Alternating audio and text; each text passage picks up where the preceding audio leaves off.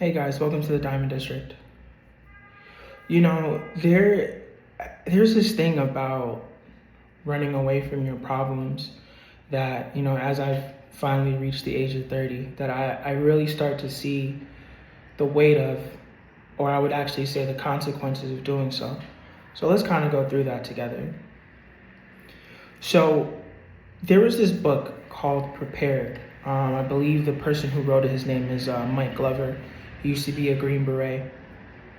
And I bring up this book because in it he talks about the human response to a very, very stressful situation, which is which is fight or flight. In a lot of cases, freeze, which a lot of people don't talk about. So he says, in order for you to overcome those situations, you almost have to take teaspoons of stressful, pressure-filled situations in order for you to start preparing for the inevitable day that a very stressful situation occurs. For example, if you spend the time, let's just use like boxing, for example. If you go to a boxing gym and you spend a lot of time sparring, and one inevitable day you're minding your business and somebody tries to sort of assert themselves to you aggressively, it won't really be much of a big deal to you because you spent a lot of time fighting people. So the transition from the gym to the streets and essentially fighting somebody is not really much of a big deal at the end of the day. But if you've never gotten into a fist fight, if you've never been in a pressure-filled situation where somebody is trying to bully you and you need to defend yourself and you've never done that before, that is a very, very stressful situation that you're going to be in, and you're going to freeze. And how does this essentially relate to life outside of those situations? Life is going to have peaks and valleys. And what I think really determines the peaks is how well you handle the valleys, which is essentially the downturn when you're going through shit. When, you're going through lack of money, you're going through stress, you're going through loss, you're going through hating yourself. Just think of all the negative things that a person can go through. The most important thing of those situations is how are you going to handle it? What do you want to do about it?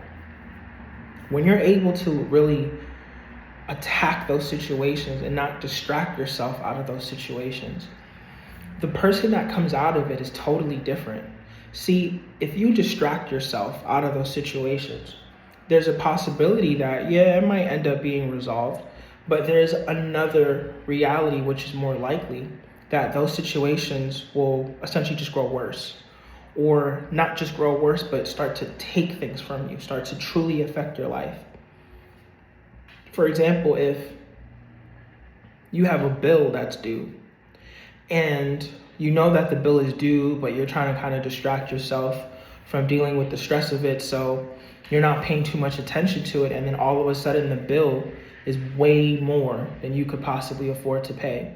And then all of a sudden, if you don't pay this bill, your house is on the line, your car is on the line, your assets are on the line. These are real life things that happen.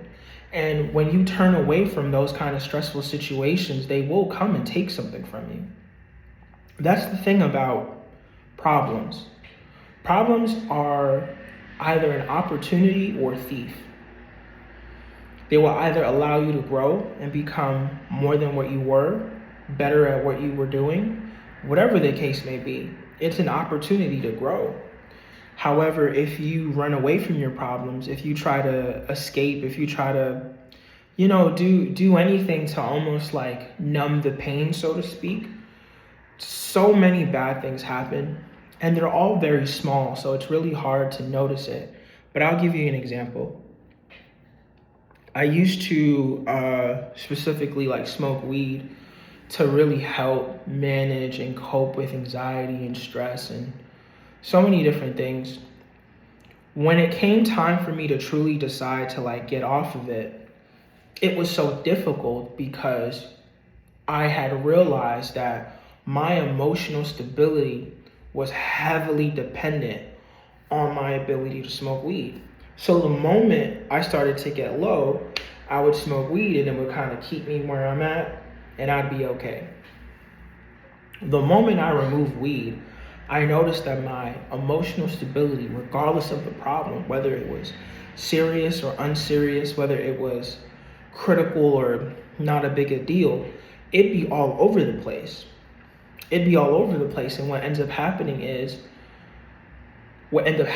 was I became emotionally dependent on something outside of myself. And that is a exact effect and result of what happens when you run away from your problems. You lose the opportunity to build strength to handle the situation. Because life is going to happen to you whether you want it to or not. You not running away from your problems is just you allowing yourself to build strength to deal with that problem and future problems. And as a man, if you want to be a father, if you want to be head of household, that's just something you can't do. You can't run away from your problems. You can't go into escapism. You can't, there's a lot of things that you can't. And honestly, specifically, you shouldn't, just as a human being for your growth. Don't run away from your problems, run towards it. And don't just throw yourself at the problem. Take the time to sit down and analyze it. Because the more you do that, the less it feels like pressure, the less it feels like stress. When you continually rely on something outside of yourself to make yourself feel better, you become, I can't really think of a better word. I feel like there's a better way to put it, but you become weaker as a person. You're not able to handle shit the way you should. You're not able to withstand the true weight and pressure of life without something. And when that something is gone, you might really just end up folding. And that's something you don't want. You don't want to be in a situation where the weight and the pressure of a situation, or just simply life itself, everything is falling on your shoulders, everything is just hitting at once and you can't handle it. Because you don't have something outside of yourself to kind of help center you or make you at ease. That's the cost of running away from problems. The cost is the future strength required to handle shit. Things might feel really good for you now when you kind of turn away from your problems, whether it's a substance, a TV show, a habit, food, or all this other stuff. These things might feel good in that moment, but there's going to be a future moment where there will never be enough of whatever it is that you use to help you get through it. There'll never be enough. One of the things I realized is that when you're in the habit, well, I'll say another thing that I realized is when you're in the habit of, escapism, when you start cutting things off and you're really trying to tighten up and get things together, you start to realize that when you live your life like that, it comes in so many different forms: entertainment, substance, and food. And that's something that I've been kind of dealing with for these past weeks, where I feel like I fully have a better understanding of how, my diet should be. But I was finding myself where it's if I was sad or if I was stressed or something of that nature, I needed something sweet. And it took a while for me to realize it, but I started to see this is the exact same behavior. It's just in a different format, so it's gonna hit differently. That's another thing about escapism, is that you never really realize the cost of it until you feel it. So for example, if I keep turning to food to make me feel better, or if I keep, if I keep, let's say, just eating candy to make me feel better, or whatever poor example that I could use at the moment, what will end up happening is I'm gonna gain weight, or I'm gonna gain acne. My blood level is going to be at a certain point. My teeth will probably start to yellow because of all the sugar. I probably will get a cavity. If this candy obsession were to spill over to other foods, now I'm eating uncontrollably. I need to feel better, so I'm doing late night drives to White Castle and all this other shit. That's what happens, bro. When you truly live on that path of escapism, that shit will start to escalate. You will start to do more and more and more because what you're doing is not enough. But the thing is, when you face the problem head on, facing the problem and solving it is enough. For real. Facing a problem and solving it is enough because you actually have created your peace instead of seeking it. And that was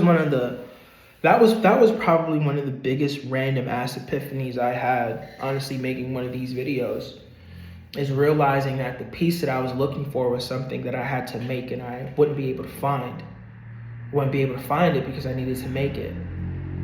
And like literally the same way people had a goal to become like a doctor or a lawyer, I just wanted peace in my life. I just wanted peace. I just wanted to be able to come home and there was peace and there wasn't a problem. And that was so incredibly delusional of me because one, I didn't understand how life worked, but maybe I did, and I was just looking for a different kind of peace, who knows? But in the pursuit of that level of escapism, I made myself very weak in a lot of situations that really mattered. So if you're watching this video and you're pretty young, please, whatever your problem is, bro, don't run away from it. Truly, do not run away from it. That was the title of like my last video, but I guess it's really just continuing that topic because it's so important. It's so important that you face what's fucking with you. It's important that you face your demons, whatever that may look like. It's important that you face your addictions, whatever it may be too. Like, it's only over as far as your life. It's only over if you allow it to be. Things are only as bad as you allow them to become. But nothing is beyond your ability to solve. Nothing is beyond your ability to overcome. Not a single thing is really beyond you. It's just a matter of like locking in, tightening up, being mindful, being present, planning, executing. Execution is the name of the game. In the game of life, execution is everything. It's everything. It's everything.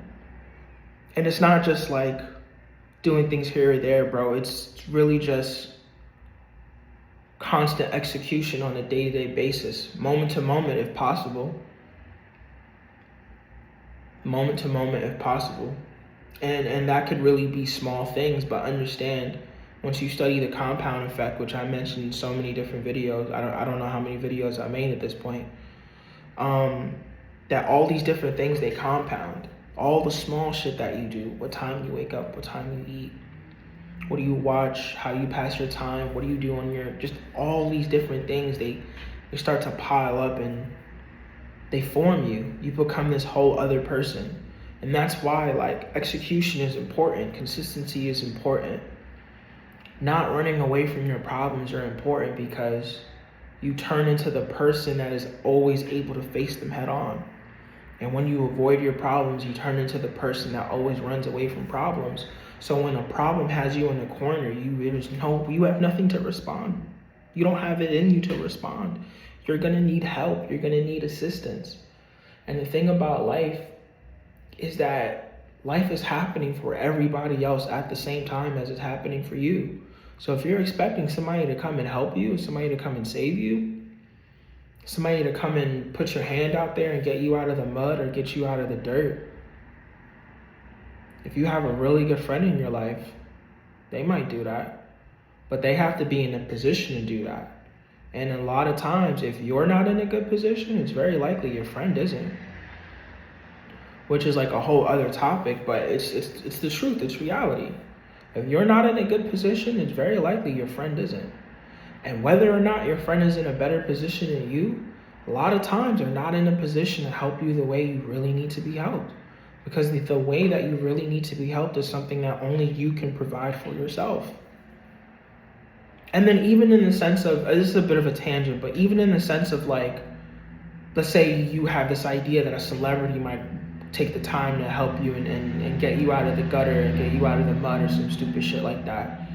They will only help you if they see something in it for themselves. Literally, like, if you're a rapper and you see somebody else who's trying to make it in the music industry and you help them out, there is a reason for that. It's never just out of the kindness of their own heart. There are rare cases where this does occur, but few and far between. But I digress. I don't even really, I kind of lost track of what I was saying, but I know everything that I've said is incredibly vital, and ultimately, again, do not run away from your problems. You can solve them. You can face them down, and the person who is able to consistently solve their problems will be able to live life in a dramatically different way. Dramatically different way. So think of problems as probably the most important aspect in life right now. And if you can embrace those problems, your relationship with life would be drastically different.